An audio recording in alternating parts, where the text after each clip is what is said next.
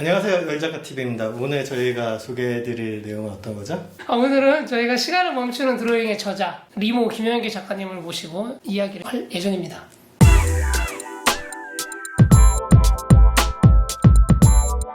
오늘 저희가 리모 작가님을 모셨어요. 자기소개 먼저 부탁 좀 드리겠습니다. 네, 저는 리모라는 필명으로 활동을 하고 있고요. 본명은 김현길입니다. 2015년도에 첫 책을 쓰면서 데뷔했으니까 이제 만 4년 채우고 이제 5년차 작가로 활동을 하고 있습니다. 필명이 리모로 쓰시잖아요. 필명 안 쓰고 본명으로 활동하는 작가들도 많은데 필명을 같이 쓰시는 이유가 있을까요? 보통 이제 출판사에서는 본명으로 책을 출간하는 걸 좀 더 원하시더라고요. 그렇죠. 근데 저는 굳이 필명을 쓰는 이유가 제가 회사를 다니다가 작가 활동으로 이제 전업을 하게 됐는데 계기가 됐던 여행이 티베트 여행. 티베트 말로 좀 의미 있게 필명을 만들고 싶어가지고 혹시 화가라는 단어가 있나 찾아봤더니 화가라는 단어는 없고 화가라는 단어가 없는 게 좀 신기하네요. 네, 그 승려들이 다 그림을 그렸기 때문에 딱히 막 예술가 화가라는 단어는 없고 그냥 그림 그리는 사람, 예술하는 사람, 이런 예술하는 행위 이런 것들을 다 포함하는 좀 포괄적인 단어가 리모라는 단어가 있어서 그걸로 필명을 짓게 됐죠. 그럼 한 가지 궁금한 게 있어요. 네. 방금 잠깐 이야기하셨는데 이제 직장 생활 하시다가 그림을 그리시게 된 거잖아요. 네. 제가 알기로 원래 이제 그림 전공이 전혀 아니시고 네. 전공은 원래 공대 쪽이신 걸로 알고 있는데 어떻게 갑자기 이제 그림을 하게 돼가지고 이렇게 그림 그리는 여행 작가가 됐는지 그게 좀 궁금해요. 원래는 이제 공과대학에서 소프트웨어 전공을 했는데 잘 안 맞았어요. 잘 못했고 네, 그래서 꾸역꾸역 졸업해가지고 퇴사는 취직을 했는데 회사 가가지고 제가 잘하지는 못해도 뭔가 하나의 프로그램을 만든다는 성취감 이런 게 좀 있었는데 대기업에 가서 소프트웨어를 한다라는 게 너무 큰 플랫폼에 제가 부품처럼 들어가 있는 느낌? 그리고 이제 뭐랄까 해외 연구소 인력들과 함께 일을 하면서 아주 작은 부분을 담당하는 게 좀 성취감이 없어가지고 일도 뭔가 힘들고. 만들기는 하는데 내 거 같지는 않은 네, 느낌. 맞아요. 그래서 이제 그림을 원래 어릴 때부터 좋아해가지고 회사 다니면서 그냥 작게 지방 소도시 여행이라든지 가끔씩 해외여행 가서 이제 혼자 여행을 많이 했었는데 그 남는 시간들을 여자분들은 여행 계획을 굉장히 철저하게 짜와가지고 그렇죠. 굉장히 잘 다니시는데 저는 사실 좀 대충 조사해 가니까 가서 할 게 별로 없더라고요. 좀 멍하니 있는 시간도 많고 뭐 그게 나빴던 건 아닌데 그 시간을 좀 잘 즐겨보면 어떨까라는 생각을 하다 보니까 뭐 사진도 좋아해서 사진 많이 찍었는데 뭐 사진 찍어온 걸 그림으로도 그려보고 나중에는 현장 가서 간단하게 그려보기도 했어요. 그랬더니 그 경험이 너무 좋고 여행의 순간을 더 잘 기억하는 방법인 것 같아가지고 그렇게 계속 하다 보니까 내가 회사를 다닐 게 아니라 좀 준비를 잘 해서 전문적으로 이렇게 그림 여행을 하는 친구가 되면 좋겠다라는 생각이 들어가지고 대단하십니다. 제가 이거 대기업에 다니셨는데 대기업을 관두고 바로 이렇게 냉혹한 프리랜서의 세계로 근데 오시다니. 대기업도 정년퇴직까지 가시는 분이 그렇게 많지는 않잖아요? 네, 그렇죠. 그렇긴 해도요. 일단은 그걸 제가 10년, 20년 버텨낼 이제 자신이 없었고 그리고 이제 뭐랄까 대기업도 좋죠. 분명 페이도 좋고 복지도 좋고 다 좋은데 그쵸. 제가 좋아하는 일을 잘할 수 있는 분야가 아닌 것 같다는 생각이 들어가지고 기왕 대기업을 오래 다닐 수 없다면은 좀 일찍 내가 길게 할 수 있는 일을 찾고 싶다라는 생각을 좀 했던 것 같아요. 그래서 처음 내게 된 책이 시간을 멈추는 드로잉인데 이 책이 유럽을 여행하면서 그렸던 거를 엮어가지고 만든 책이죠. 네. 저는 이 책 되게 좋아하는 게 글도 굉장히 잘 쓰셨어요. 아유, 감사합니다. 그리고 당연히 그 안에 있는 그림은 더 좋고요. 그래서 여성분들한테 굉장히 좀 인기가 많았던 것 같아요. 그때는 퇴사가 유행이 아니던 때였는데 퇴사해서 이제 이런 걸 한다라는 내용 자체를 또 좋아해 주시는 분도 좀 많았고 사실 그때가 회사를 퇴사하고 퇴직금 들고 간 여행이었거든요. 네네. 그렇죠. 네, 대부분 직장인들은 퇴직금을 많이 이용하죠. 네, 그래서 한 40일 여행을 하고 낸 책이라서 뭐 처음에는 유럽의 아름다운 여행지 그리고 거기의 풍경들 이런 걸 많이 담으려고 300페이지짜리 보통 사이즈 책을 만들고 싶었는데 쓰다 보니까 그 당시 제 고민들이 좀 많이 들어가서 500페이지 가까운 책이 돼버렸어요. 그래서 무겁고 흉기스러운 벽돌 같은 책이 만들어졌습니다. 그 표지도 되게 예뻐요. 그래서 딱 봤을 때 아, 네. 우리가 제목이랑 표지를 보고 책을 열어보잖아요. 그래서 한번 서점에 갔을 때 무조건 열어보게 되는 약간 이런 표지가 돼가지고 전체적으로 표지가 어디죠? 저기가? 저기 스위스의 수도인 베른이라는 아. 도시. 베른이 참 제가 가보고 마음에 들었던 도시 중에 하나여가지고. 베르는 못 가봤네요. 저는 가봤습니다. 방금 전에 말씀하셨던 부분 중에 그 당시에 고민이 들어가 있어서 좀 책의 내용이 많아졌다고 말씀하셨는데 저는 그 부분이 되게 이해되는 게 책이란 게 그 당시에 저자의 마음이 많이 들어갈 수밖에 없는 것 같아요. 그쵸. 그래서 퇴사 이후에 심경 같은 게 잘 들어가 있었기 때문에 사람들이 또 좋아했던 걸 수도 있어요. 왜냐하면 지금 그 당시를 회상해가면서 쓰면 그 느낌이 안 나올 것 같아요. 아, 그럼요. 그리고 저희 같은 이제 가이드북은 작가의 성향을 많이 드러내지 못하는데 이렇게 좀 에세이, 자기 이야기가 많이 담겨져 있는 또 책이니까 또 자기 그림이잖아요. 그래서 그게 좀 잘 어우러지는 것 같아요. 리모 작가님 책 나온 이후부터 드로잉으로 뭐 이전에도 있었지만 이후에는 더 많은 드로잉 여행책이 나오기 시작한 정말 것 많아졌죠. 같더라고요. 네. 예전에는 원래 일러스트레이터거나 네. 아니면은 만화 작가이시던 네, 맞아요. 분들이 자기 여행을 만화 컨셉으로 낸다거나 이런 책이 많았는데 요즘에는 그냥 아마추어이거나 아니 전혀 그림 쪽에 관계없던 작가님들이 이 그림책을 좀 내는 추세로 좀 바뀐 것 같아요. 네. 그래서 누구나 내 여행 그림 책을 낼 수 있다. 뭐 이런 시대로 좀 바뀐 맞아요. 느낌. 그쵸. 근데 다들 실력이 또 좋으시더라고요. 네, 맞아요. 저도 어디 초등학교 때 미술하고 1년 다녔거든요. 아, 네. 그럼에도 불구하고 엄청 그림을 못 그려요. 그래서 학교 다닐 때 미술 시간이 제일 싫었고 미술 성적이 제일 안 좋았는데 혹시 뭐 이렇게 전공하시지 않았는데 드로잉 할 때 자기만의 노하우가 있으신가요?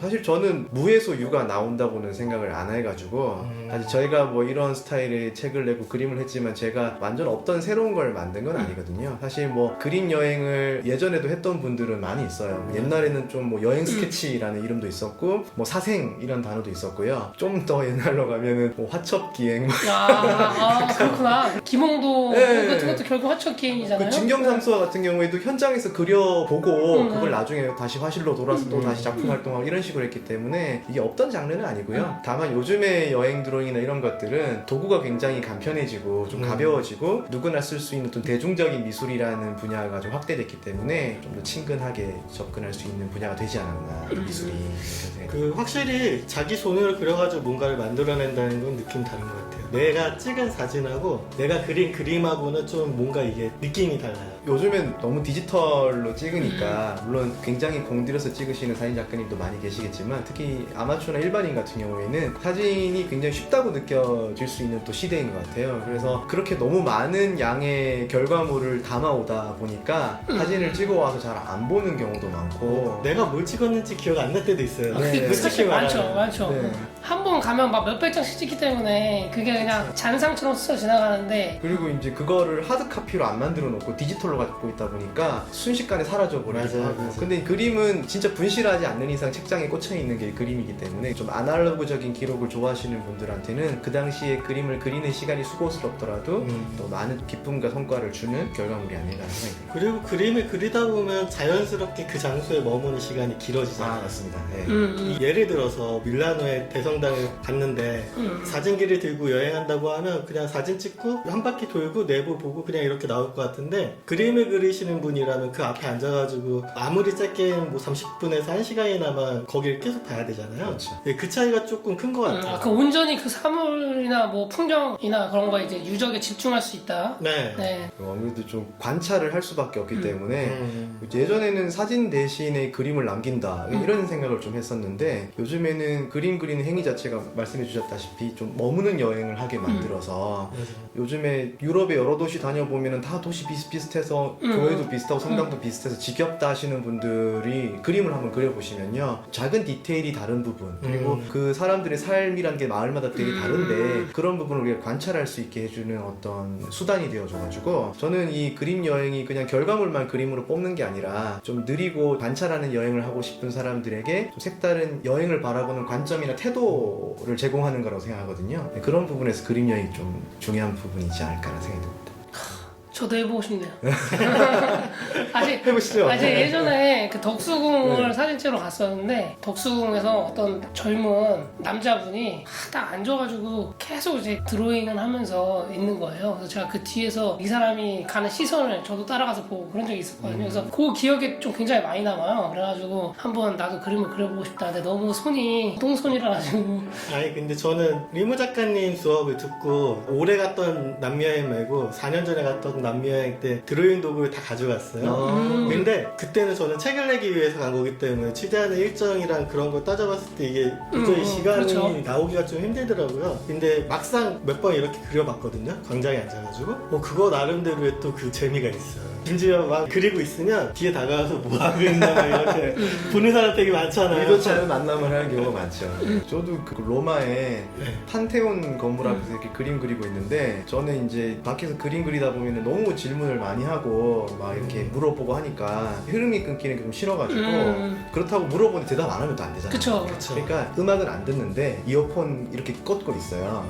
그 음악을 안 틀어요. 왜냐면 소미치게 오면 또 견제를 해야 되니까 꽂기만 하고 음악 안 틀고 그림 그리고 있으면은 사람들이 그림 끝날 때까지 기다려줘야지. 그림 끝나고 이걸 무거우다. 딱 빼면 이제 그때 막 물어보시는 거죠. 그래가지고 이걸 꽂고 판테온을 막 그리고 있는데 누가 저를 찍는 줄 몰랐어요. 뒤에서 휴대폰으로 저를 찍었더라고요. 근데 그걸 모르고 나중에 이제 네이버에 있는 큰 여행 카페에 제가 판테온 그림을 한번 올린 적이 있거든요. 네. 그랬더니 어떤 여자분이 채팅으로 저한테 아무 말 없이 제 뒤통수가 찍힌 사진 하나를 딱 주는 거예요. 너무 놀라가지고 누구세요? 이랬더니 그때 한국인인 줄 모르고 그걸 찍었는데 카페에 올려놓은 걸 보고 그 작가님이 같아가지고 준다고 선물로 받은 적도 있어요. 그런 식으로 이제 재미난 인연을 만들기도 하죠. 시간을 멈추는 드로잉 책에 들어간 그림이 굉장히 많은 걸로 알고 있어요. 보통 드로잉 여행 책 하면 들어가는 그림 수가 아무리 많게 따져봐도 이 정도까지는 아니었던 것 같거든요. 왜냐하면 이 책은 페이지를 펼칠 때마다 그림이 적어도 한두 개 이상은 들어가는 것 같아요, 느낌상. 네. 그래서 총 몇 개 들어갔나요? 한 250컷 정도 들어갔는데 현장에서 다 그린 건 아니고요. 현장에서 한 3분의 2 정도 그렸고 나머지 보충하는 컷이나 사람이 나오는 컷이나 이런 것들은 네. 좀 이어가는 내용을 설명하기 위해서 좀 보충한 것도 있고요. 보통 그림 사이즈가 별로 안 크기 때문에 이렇게 많이 그려도 많이 힘들진 않고요. 그림 작품을 한다 그러면 액자까지 표구해가지고 큰 그림을 네. 많이 그린다고 생각하시는데 여행 드로잉 할 때 커봤자 A4? 작으면은 A5에서 A4 용지 반 정도 되는 사이즈거나 손바닥만한 수첩에서도 많이 그리거든요. 그런 작은 소품 컷들을 그릴 때는 한 20-30분 만에 그리기 네. 때문에 그런 그림들을 많이 집어넣었습니다. 그러면 드로잉하에 가장 좋았던, 가장 기억에 많이 남는 도시가 있을까요? 당연히 이제 좀 그림이 그릴 게 많은 나라는 이탈리아여가지고 사실 뭐 베네치아나 로마 같은 도시들이 참 그릴 게 넘치는 아주 그쵸. 풍요로운 그리기에 풍요로운 도시고요. 거기는 한 10발자국 갔다가 다시 멈춰가지고 그려야 될 것 같은 맞아요, 느낌인 맞아요. 것 같아요. 네, 그래서 너무 힘들게 됐어요. 뭘 그릴지 몰라가지고 막 너무 많아가지고 그랬는데 개인적으로 인상 깊었던 도시는 스위스의 베른 표지 그렸던 이 표지 작업은 나중에 돌아와서 새로 그린 거고 현장에서는 같은 구도로 좀 거칠게 그린 그림이 있거든요. 그래서 베른 같은 경우에는 저는 취리히가 원래 가장 큰 도시여서 수도 객건이 갔는데 베른이 수도였더라고요. 행정 수도이고 그리고 이제 베른 같은 경우에는 꽤나 큰 스위스에서 중요한 도시인데 도시 구시가지 전체가 유네스코 문화유산으로 보존되고 있고 또 빙하가 녹아서 만드는 그 옥빛 아름다운 강인 그 아래강이 도시를 이렇게 맞습니다. 비쳐 흐르고 있어가지고 굉장히 청정도시라는 느낌도 강했는데 또 그때 제가 베른 3일 여행을 했는데 그중 하루가 비가 많이 왔어요. 유럽에서 그 도심 1층에 그 석조 아케이드로 쇼핑가를 만들어 놓은 도시 중에서 베른이 가장 긴 아케이드로 유명하거든요. 그래서 아케이드 길이만 치면 11km 정도 된다고 해요. 진짜. 네, 그래서 비 안 맞고 우산 없이도 그 고풍스러운 도시에서 쇼핑을 할 수 있는 11km면 끝에서 끝까지 걷는데 2시간 반 뭐 이렇게 그러니까요. 걸린다는 네, 얘기잖아요. 석조 아케이드들이 이렇게 휘어진 채로 이렇게 있기 때문에 직선 거리는 아닌데 굉장히 그 전체 길이는 긴 편이고요. 그 위로는 고풍스러운 옛날 건물들이 그대로 살아있어서 현대적이면서도 굉장히 중후한 느낌? 근데 깨끗하고 자연과 잘 어우러진 이런 느낌이어서 제가 생각했을 때 가장 완벽한 도시 중에 하나가 베른이 아니었나 이런 생각이 거기다가 더불어 도시도 예쁘지만 주변 풍경도 너무 좋기 그럼요. 때문에 거기 곰도 있어요. 네, 좀 불쌍한. 네. 그래서 뭐 어떤 분들은 베른이 화려하지 않고 볼 게 많지 않아서 금방 하루 있다 머물다 갔다라고 하시는데 그림 그리시고 머무는 여행 좋아하시는 분들은 좋아할 만한 조용한 여행 좋아하시는 분들한테는 포근한 도시가 아닐까 이런 생각을 좀 해봤습니다. 저도 동감하는 게 차를 마시든지 그림을 그리든지 한번 하면서 풍경을 온전히 느껴보고 싶은 뷰예요. 맞아요. 네.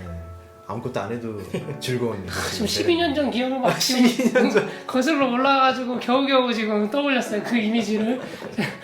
지금까지 리모 작가님이랑 잠깐 얘기를 나눴고요. 이 다음 편에는 리모 작가님이 평소에 사용하시는 아이템하고 그림 이야기를 조금 더 깊이 있게 나눠보도록 하겠습니다. 그러면 다음 편에 다시 찾아뵙겠습니다. 감사합니다. 감사합니다.